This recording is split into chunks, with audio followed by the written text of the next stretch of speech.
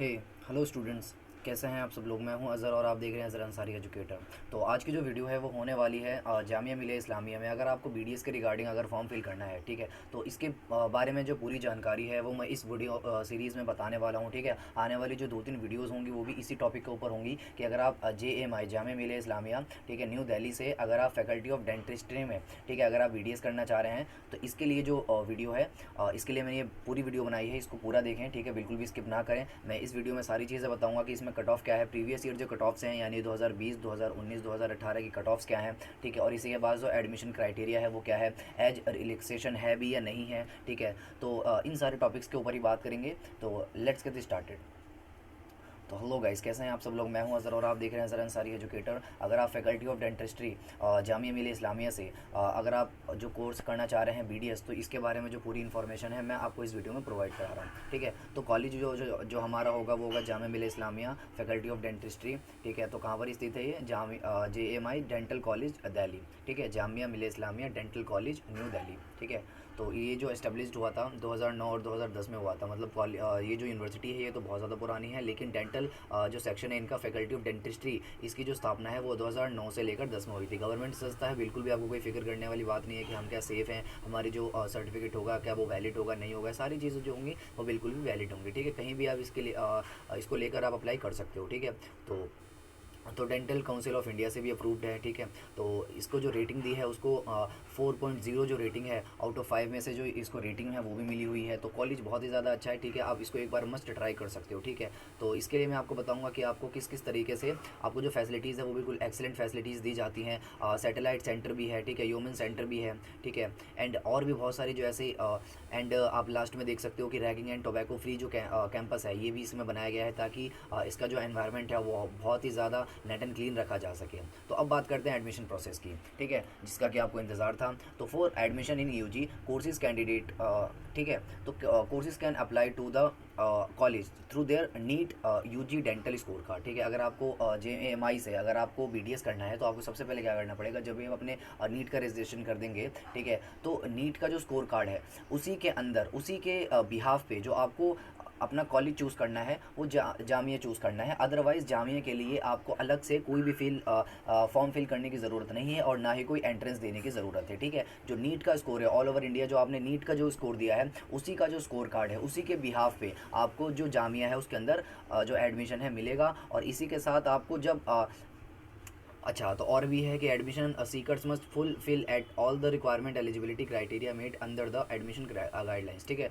तो जितने भी एडमिशन क्राइटेरिया है जामिया की तरफ से जो बनाया है उसके अंदर जो कैंडिडेट है उसको सारी जो रिक्वायरमेंट्स है उसको फुलफिल करनी चाहिए। ठीक है, मैं आपको बताऊंगा कि कौन कौन सी रिक्वायरमेंट है। एज क्राइटेरिया के बारे में पहले बात कर लेते हैं कि जो एस्पायरेंट्स हैं should have completed the minimum age of 17 years of the time of admission. आप 17 साल की जो एज है वो आपकी पूरी हो चुकी होनी चाहिए जिस दिन आप एडमिशन ले रहे हो। ठीक है, तो ऑलमोस्ट जो 17 साल है वो आपकी हो चुकी चाहिए। ठीक है, ये एक बहुत ही ज़्यादा जो एज है, अगर आप 17 से कम हैं तो आपको बिल्कुल भी इसमें एडमिशन लेने के लिए कंसीडर नहीं किया जाएगा। ठीक है, तो आगे चलते हैं। एलिजिबिलिटी, कौन कौन से जो स्टूडेंट्स हैं वो इसके लिए अप्लाई कर सकते हैं। तो आपके लिए अगर आपके पास 10th एंड 12th का, ठीक है, अगर आपके पास सर्टिफिकेट है यानी 10+2 या higher school senior certificate examination by the central board of secondary education, या और दूसरी अगर कोई यूनिवर्सिटी है, कोई बोर्ड है, तो उसका जो एग्ज़ाम है उसकी जो मार्कशीट है आपकी 12th क्लास की वो इसमें रिक्वायरमेंट होगी उसकी। ठीक है, और उसके जो 12th क्लास में जो मार्क्स हैं एटलीस्ट 50% जो मार्क्स हैं total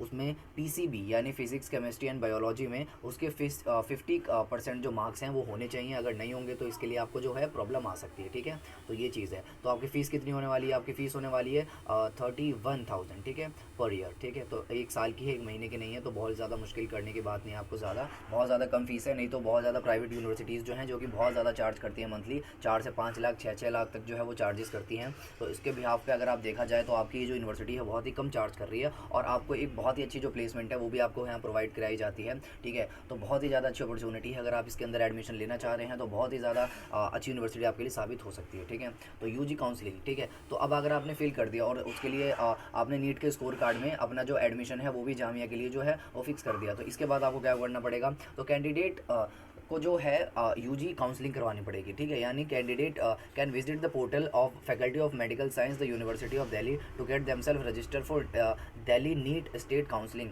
before we speak the counselling procedure of Delhi NEET 2020। अगर आप दिल्ली के अंदर अगर आप एडमिशन लेना चाह रहे हो तो आपको दिल्ली यूनिवर्सिटी की जो वेबसाइट है उसके अंदर जाना पड़ेगा और फैकल्टी ऑफ मेडिकल साइंस की वेबसाइट पर जाना पड़ेगा और वहाँ पर अपने आप को जाकर रजिस्टर्ड करना पड़ेगा, ठीक है। ये कहा जा रहा है। इसके बाद आपकी जो काउंसलिंग है वो स्टार्ट होगी। तो प्रोसीजर क्या है काउंसलिंग का, सारी चीज़ें मैं आपको इस वीडियो में बताऊंगा। तो counselling procedure for AIQ quota, ठीक है। तो क्या कैंडिडेट रजिस्ट्रेशन, सबसे पहले जो है वो जो रजिस्टर करना पड़ेगा आपको वेबसाइट पर, ठीक है। नीट की जो वेबसाइट है वो वहाँ पर जाकर आपको रजिस्टर करना पड़ेगा, यानी NTA की वेबसाइट, ठीक है, नेशनल टेस्टिंग एजेंसी के पर जाकर आपको रजिस्टर करना पड़ेगा और वहाँ पर आपको चॉइस फिलिंग करनी पड़ेगी एंड लॉकिंग राउंड 1।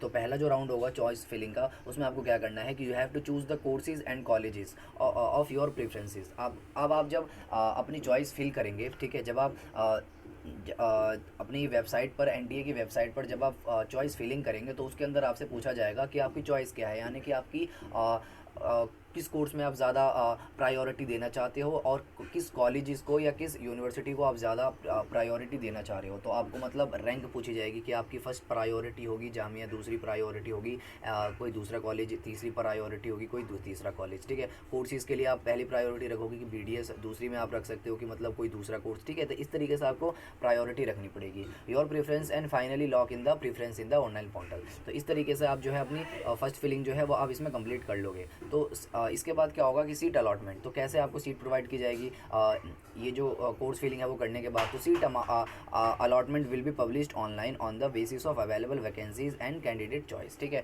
तो जिस तरीके से भी सीट आपको अलॉट की जाएगी वो ऑनलाइन पब्लिश की जाएगी वेबसाइट पर। तो आपको डेली NTA की वेबसाइट पर, जामिया की वेबसाइट पर जो है वो चेक करते रहना है, ठीक है।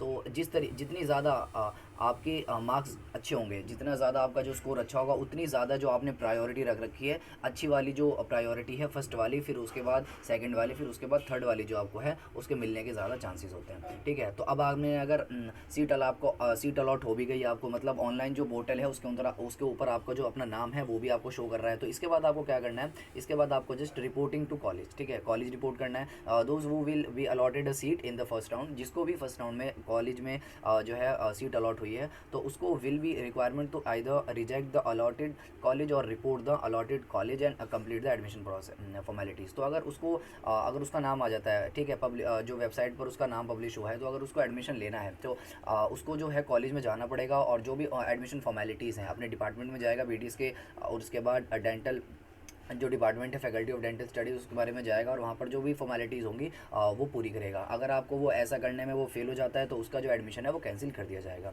ठीक है। तो अगर आपका मान लीजिए कि आपका जो फर्स्ट काउंसलिंग है उसके अंदर आपका नाम नहीं आता है तो आपकी फिर दूसरी काउंसलिंग होगी, यानी कि 4 कैंडिडेट वो couldn't register in the first round of the counselling, जिसका पहले राउंड में अगर रजिस्टर नहीं होता है तो fresh choice filling and locking. तो दोबारा जो राउंड 2 है, ठीक है, जैसा कि जिस तरीके से राउंड 1 में सारी फॉर्मेलिटीज़ हुई हैं तो वैसे ही राउंड 2 में आपका दोबारा प्रायोरिटीज़ पूछी जाएंगी और उसके बाद दोबारा जो है आपको वेबसाइट पर जो है वो नाम चेक करना है अपना। अगर दूसरी में आ जाता है तो फिर सेम वही तरीके से करना है कि आपको कॉलेज जाना है और आपको जो भी फीस है और जो सारी चीज़ें हैं वो आपको सबमिट करनी है, ठीक है। तो इस तरीके से जो है वो आपको करना पड़ेगा, ठीक है।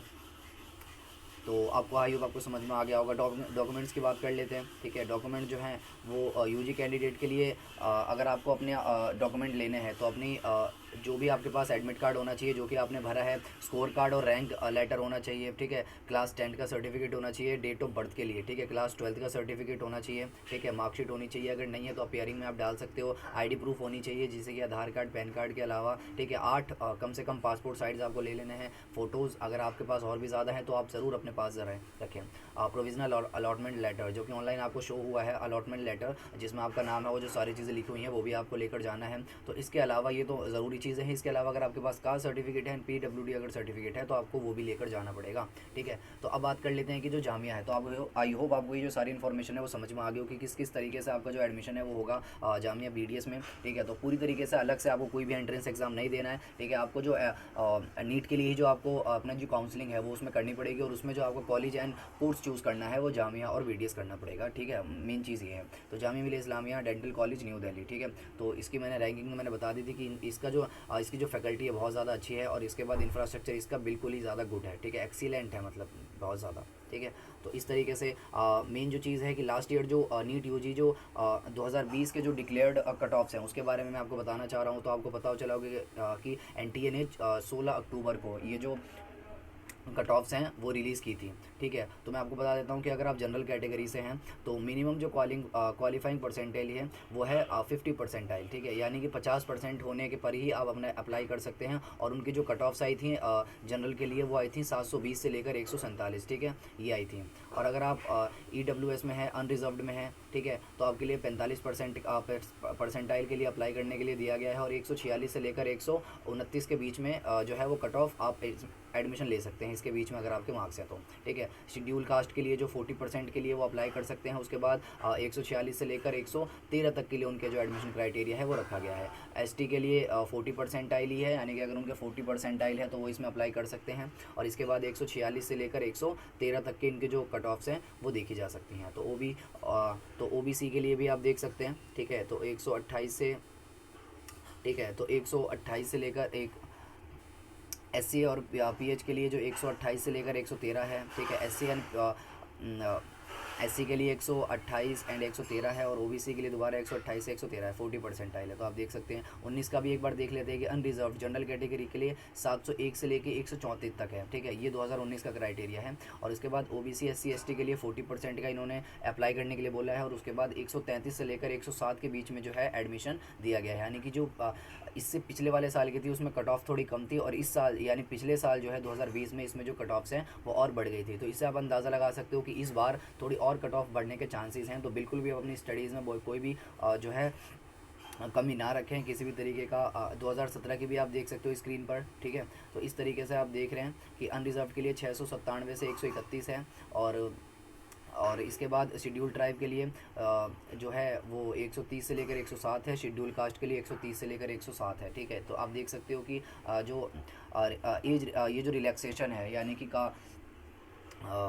SC के लिए, ST के लिए और OBC के लिए, तो इसमें बहुत ज़्यादा जो रिलैक्सेशन है वो दिया गया है। अगर आपके पास भी इनमें से कोई सर्टिफिकेट है तो आपको जो आपके चांसेस हैं एडमिशन मिलने के वो इसमें ज़्यादा हो जाते हैं, ठीक है। तो आई होप आपको ये जो इन्फॉर्मेशन है वो अच्छी लगी होगी। मैंने इसमें ऑलमोस्ट जो सारी चीज़ें हैं आपके जामिया BDS एडमिशन से रिगार्डिंग सारी चीज़ें जो है मैंने इसमें कवर करने की कोशिश की हैं। अगर और भी कोई क्वेश्चन हैं, कोई डाउट्स हैं, तो आप उन्हें कमेंट करके पूछ लीजिए। मैं उसके ऊपर जो सेपरेट वीडियो है वो ज़रूर बनाऊँगा, ओके। तो अभी के लिए मैं चलता हूँ, फिर मिलूँगा दूसरी वीडियो में दूसरे टॉपिक के साथ। Thank you.